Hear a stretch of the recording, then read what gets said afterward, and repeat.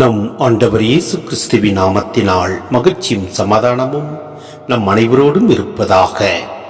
யோவான் 12:24-26 முடிய. கோதுமை மணி மண்ணில் விழுந்து மடியாவிட்டால் அது அப்படியே இருக்கும்.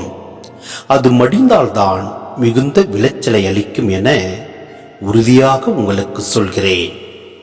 தமக்கென்றே வாழ்வோர் தம் வாழ்வை இழந்து விடுவர்.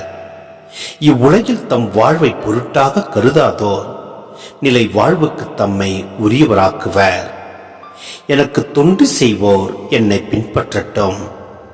நான் இருக்கும் இடத்தில் என் தொண்டரும் இருப்பர். எனக்கு தொண்டு செய்வோருக்கு தந்தை மதிப்பளிக்கிறார் என்றார். சிந்தனை.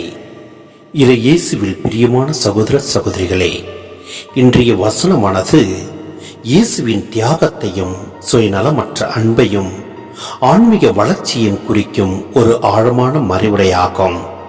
ஆம், கோதுமை மணி என்பது இயேசுவை குறிக்கிறது. அவர் தம்மை சிலுவையில் பலியிட்டு மடிய ஒப்பு கொடுத்ததால் உலகத்திற்கு மீட்பு என்ற மாபெரும் விளைச்சல் கிடைத்தது.